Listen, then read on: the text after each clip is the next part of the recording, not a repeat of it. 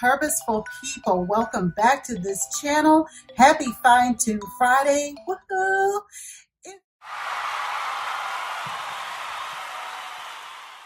Thank you so much for tuning in. For those of you who are new here, hello, my name is Torrie. I am the founder of OurGivenPurpose.com. I am a redeemed daughter of Christ, a theology student, writer, speaker, podcaster, photographer, and vlogger. I am a happily married wife of 20 years to my beloved and mother to our 2 sons. On this channel, you will find my spiritual journey as a woman of faith. My faith has been shaken, it has been rocked, I have stumbled, I have not completely fallen, but I have wandered away from God's goodness. And on this channel, you will find the things that God has laid on my heart to share, the things that I have learned from, and just some of the stories that have made up who I am. And what I'm able to share with you, I pray will be encouraging, motivating, and inspiring to your own spiritual journey so that perhaps you won't make the same mistakes I did.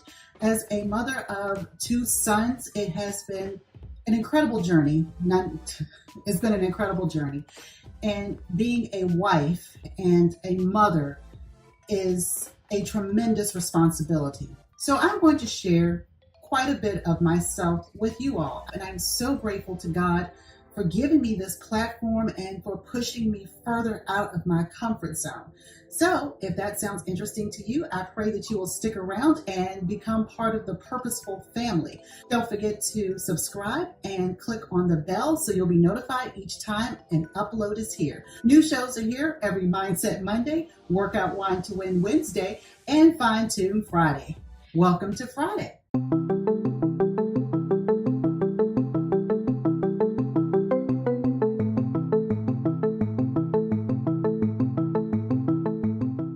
So if you follow me on Facebook, you saw the redo of this office area.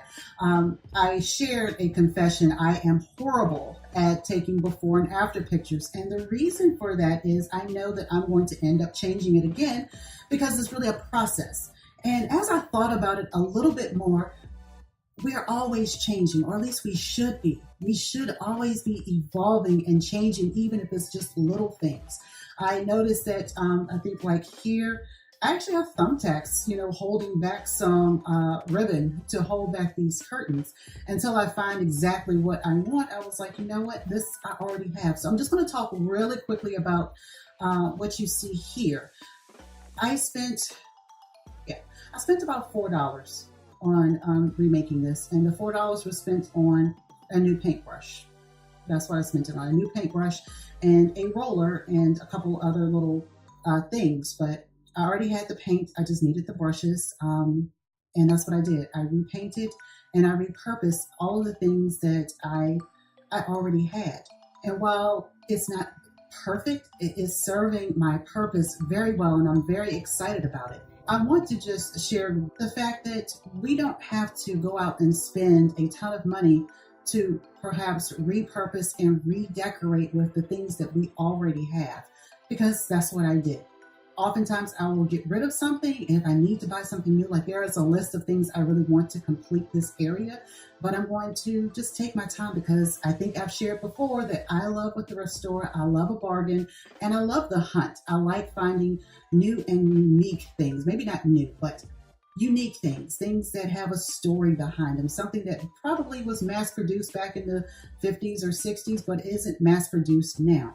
I do like those items. I'm a little quirky and a little bit vintage. That's me. Okay, let's get into the rest of this week. So this week was really just about Jacob and Esau. We talked at length about the birthright and why Esau turned it down, and just some of the things that kind of ran through my mind. I just want to share maybe a little bit of a wrap up here today, if that's all right with you. What the Spirit gave me as far as Esau was concerned is the fact that, yes, we read a little snippet of a whole entire life.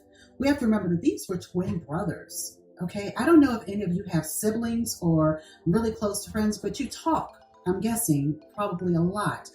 And you communicate with each other. And I don't see where they would have been any different.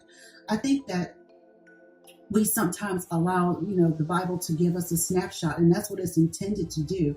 With some of the people of the Bible is in a snapshot because we're still human, and as humans, we understand human behavior, and regardless of when we lived, if it was now, if it was 100 years ago, or if it's 100 years from now, that regardless of past, present, or future, that human beings still essentially have the same type of feelings and they go through the same situations, that nothing is new under the sun. I want to believe that with Jacob and Esau, it would be the same as if, we had our siblings and those people who are closest to us, that we're going to have a lot of conversations. There's going to be a lot of competition. There's going to be a lot of comparison. And I wouldn't imagine why they would be any different, especially when it says that Isaac loved Esau because of the wild game and the food that he prepared, and he was probably very proud of his son. And Rebekah loved Jacob more, maybe because he was around her more often and he loved the things that she did. So we see that, I guess, that divide, that struggle for attention perhaps, but the fact that that Esau despised his birthright, that he came to hate it, could have come from the fact that he didn't feel like he was equipped. He didn't feel like he was the person to lead the family, that he didn't feel like he was the one to do any of that. And Jacob felt it was his place to do so, and then to make sure that Esau gave him that opportunity. We have a family struggle. Very similar to the struggles we have in our own families. The things that we do together, the competition, the competitiveness between all of us to outshine the other. And while it helps promote us and brings out our best, sometimes it's not the best way to do things. I'm not saying that we shouldn't be competitive or we should shy away from it, that we just need to do so in a balanced way, that we are showing that we can be proud of and applaud the person who did in fact win, and also be able to be humble enough to say, you know what, to God be the glory.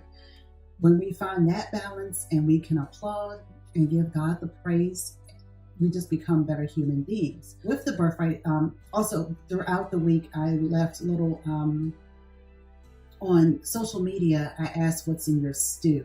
And I got some direct messages, and some people just commented on the actual post, but the direct messages were some of the most interesting things. The first one dear friend of mine, she says, well, are you cooking stew? And I said, bless your heart. I said, no, I'm not cooking stew. I'm asking you, what's in your circle?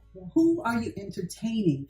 What is in your, what's in your focus? What is, right there in front of you that you're saying, this is what I want to give my attention to. This is where I'm going. This is my purpose. What are you saying? That's your stew. That is your goal. That is, how you are oriented, so to speak. And then, of course, I got a different answer. She said, oh, okay, well, I thought you was going to make some cornbread. I said, cornbread doesn't sound bad.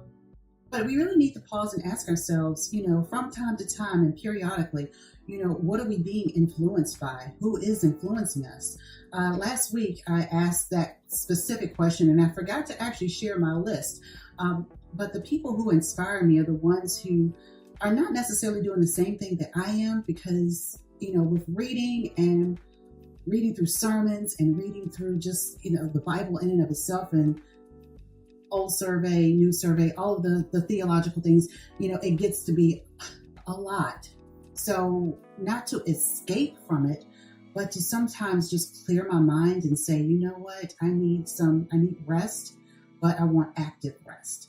And I think active rest is when we are praying, when we are meditating, and when we can, do what we love, which when I get to go out and, take pictures and just capture those moments that are just, serene and beautiful and peaceful. And it just shows God's beauty in a different way when I'm able to, just talk to you all on a one-on-one basis and just have those conversations. And really, it's just, I love listening. I know that sometimes it seems a little weird that when, especially for the phone conversations that I have, that I get super quiet, but I enjoy listening to you. I enjoy listening to your stories and your testimonies and how God is working in your life. And I think that's really important for us to just listen to each other. And I know I've said that before, but for Jacob and Esau, what we can pull from that is their brotherly love for each other, because we know that as you read further into Genesis, that Jacob becomes very fearful of Esau once he realizes what's happened, even though he already knew that he had already done it anyway. So it was kind of odd. I said, why would you can't get mad over something you did. And we'll actually talk a little bit about that more so next week, that we want to blame others for something we set in motion, that we get angry about the bad decision we made. So we want to figure out how to blame someone else for it. And again, we can grow and learn from the mistakes that we read about in the Bible, but that didn't mean that God took away what he was going to do with them. It didn't take away the covenant or the inheritance that he gave to Jacob, well, to Isaac, to Abraham. It did not take away from that. And that's something that gives us hope. It gives us hope that when we make mistakes and we repent, we tell God that we are sincerely sorry, and to help us through it, to help us make better decisions, to help us do the right thing. He knows that we're not going to always get it 100% correct all the time, but the fact that we have a heart that desires a heart that is after God, that we are covered by his grace and his mercy. So for this Fine Tune Friday, I want you to think, going through this weekend, what is it that's in your stew specifically? What is it that you need to take out of your stew that may be making it taste a little bad? And what is it that you might need to add? What are your proteins? What are your nutrients? What is it that you need to add to your days in order to enrich your life as a whole? So thank you all for tuning in. I appreciate you commenting, sharing, liking, and engaging. I pray that you all are encouraged to read the word for yourselves. And I will see you all for Mindset Monday. Have a great weekend.